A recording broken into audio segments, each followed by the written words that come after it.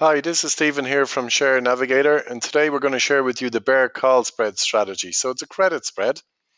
Here's the overview of what we're going to cover. You can pause this and go through it yourself, but we'll do a real life example, show you how to set up the trade, and we'll also prepare and show you the P&L for doing a trade with this on SPY. So the bear call spread, it's a mildly bearish credit spread. So you're getting paid in advance to place the trade. The reason we say it's mildly bearish, if you were out and out bearish on a stock, you would buy a put option or just short the stock. That might be a better way of playing it. So this is a mildly bearish play. So how do you go about constructing the trade? Well, there's two parts to it. First part is the seller call option at a strike price. We would recommend out of the money, and we'll explain why later on. And the second part of the trade is to buy a call option at a strike price above the short call for the exact same expiry. Now this is placed in your broker as a combination trade, as one trade. So let's go to the demo account and do this for real. Here we are, we're in the order management window. This is a spread trade, so we click on spread, and it's a vertical strategy. So we're going to type in Microsoft. We'll do an example with Microsoft, and watch what happens when we type in Microsoft. Two order windows automatically open up down here. So the first action is to sell the Microsoft. The expiry is always populated to the nearest term expiry, so we're going to go out a couple of weeks. We go out to June. And Microsoft is trading at about $47, $48. So we're going to use the $50 calls. So we're selling, the first part of the trade is to sell the $50 calls. Now the second part of the trade, as we said, we need to buy a call option at a strike price above. So we're going to pick 50, 51.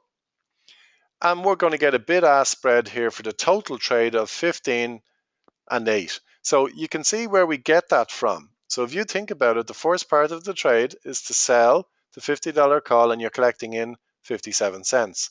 But then you're paying out 49 to buy the $51 call above it. So that will give you a net bid of 8 cents. And if you do the same on the other side, you'll get a net ask of 15 cents.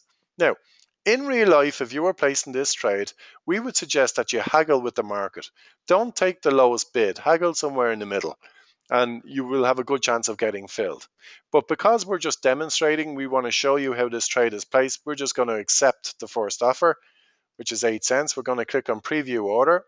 Are you sure you want to place this trade? Yes, we are. So we click on submit order, and that's gone through to the market there now.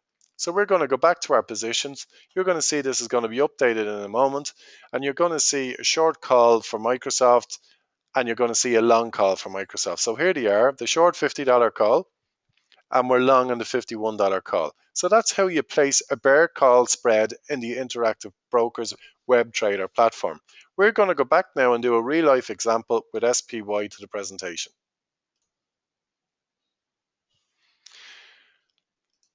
So SPY is trading at $211.17 at the moment. We're actually looking to place the 216, 215, June 19th expiry bear call spread. So what's the first part of the trade? Well, we're selling the 215 call and we're going to receive in 66 cents per share after costs. And the second part of the trade, we're going to buy the 216 call and pay 42 cents per share after costs. So our net credit to us is the difference between the two, which is 24 cents or $24 per contract. What's the risk in this trade? The great news is it's totally limited, and it's limited to the difference between the strike prices minus the credit you've received. So for our SPY trade, the difference between the strike prices is $1.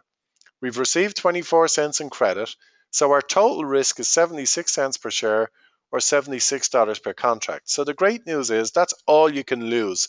Your risk is defined before you even place the trade. So what about the profit? Well, the max profit is basically the net credit you've received. So in this case with SPY, it was $24 per contract. Now, we achieve the max profit once SPY finishes below the short strike price, which in this case was $215. In terms of break even, the break even is equal to the short strike price plus the credit received. So for the SPY trade, our short strike was $215. Our premium received was 24 cents. So our break even is $215.24. So as long as the shares of SPY finish below $215.24, we're going to be making some sort of a profit. So what type of leeway do we have in this trade? Well, remember, the shares were trading at 211, 11 cents. Our break even is 215.24. So the shares could actually rise 413 and we would still make a profit. So in percentage terms, the share price of SPY must move by about 2% in a month before we start to lose. What is the probabilities of success? Well, most good options trading platforms have probability calculators for your option trades, and that takes all the calculation out of it for you. But in this particular trade, we have an 80% chance of winning, so it's a high probability trade. But please remember risk and reward. Even though we have an 80% chance of winning, that means we have a 20% chance of losing.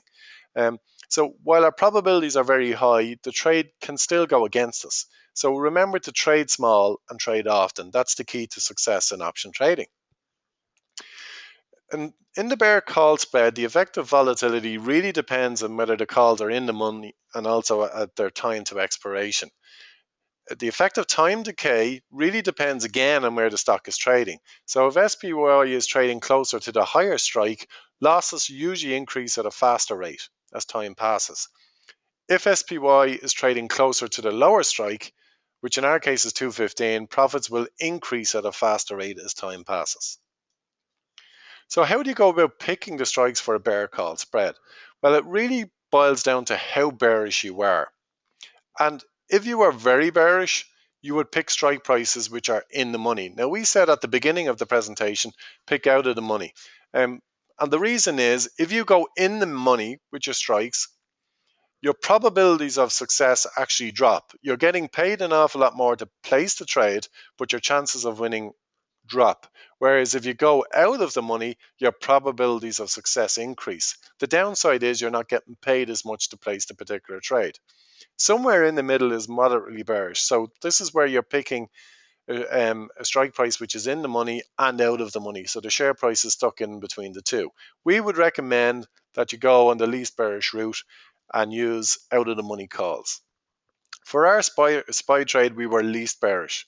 Now, another thing to note as well, the wider the strikes you place, the more risk you take.